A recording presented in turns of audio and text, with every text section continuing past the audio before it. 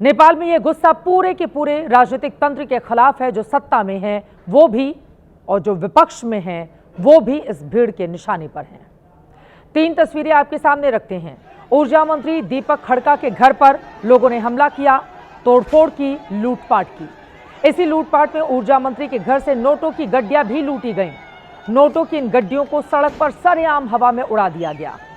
गृह मंत्री रमेश लेखक पहले व्यक्ति हैं जिन्होंने ओली सरकार से कल ही इस्तीफा दे दिया था, लेकिन भीड़ ने आज उनके घर भी हमला किया। घर में घुसी भीड़ ने टेबल, कुर्सी, गमले, जो कुछ हाथ आया उसको तोड़ दिया। पूरा का पूरा घर तहस नहस कर दिया गया। नेपाल के विदेश मंत्री आरजू देउवा भी भीड़ के गुस्से से नहीं बच पाए।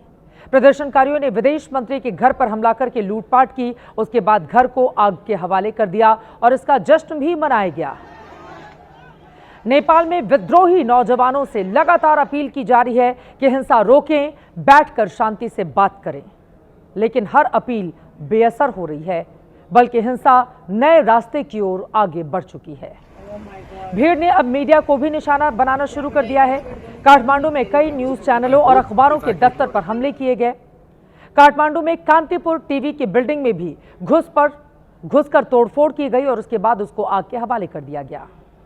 कांतिपुर टीवी ने ही पूर्व उप प्रधानमंत्री राष्ट्रीय स्वतंत्र पार्टी के नेता रवि लामिछाने के भ्रष्टाचार के खिलाफ खुलासे की सीरीज चलाई थी, जिसके बाद रवि लामिछाने को जेल जाना पड़ा था।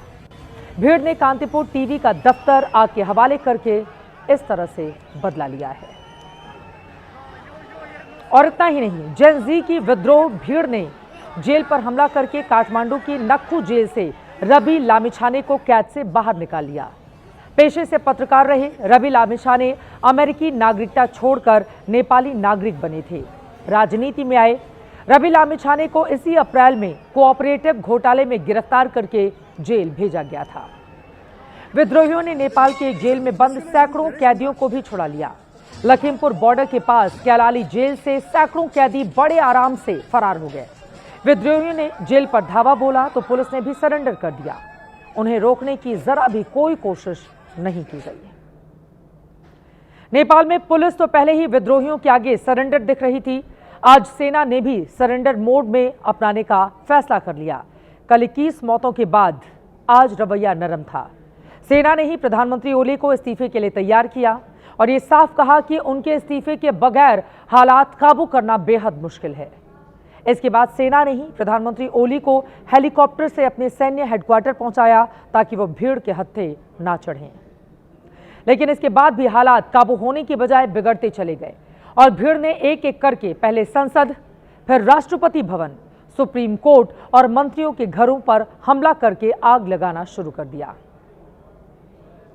सोशल मीडिया की आजादी के नाम पर शुरू हुई इस क्रांति के एक ही दिन में खूनी क्रांति में बदलने का एक और डरावना दृश्य देखिए। काठमांडू में हिंसक भीड़ ने एक डीएसपी की मॉब लिंचिंग कर दी। उन्हें सड़क पर पीट कर मार दिया गया।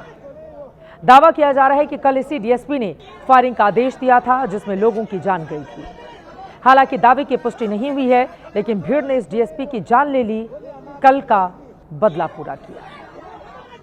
ये देश हमारा है, ये जिंजी लोग का देश है। ये नेता लोग सब भाग गया। ये नेता लोग काम चोर है, भ्रष्टाचारी है और ये देश के लिए ये जिंजी ने 2 दिन में सब कुछ 21-22 अब नंबर कितना है पता नहीं, 500 से जितना है सब इंजर्ड हुआ है। अब ये स्टूडेंट को ऐसे तरीके से मारेंगे तो कौन सा देश चलेगा। ये सब बहुत क्रूरल देश जैसा हो गया, क्रूरल शासन हो गया। ये तो ओली का शासन ऐसा नहीं चलता है। संसद भवन में पूरे जनता ने मिलके, जेनजी ने मिलके आज आग लगा दिया है। हम लोगों को चाहिए यूथ लीडर चाहिए। अब हम लोग परिवर्तन खोज रहे हैं।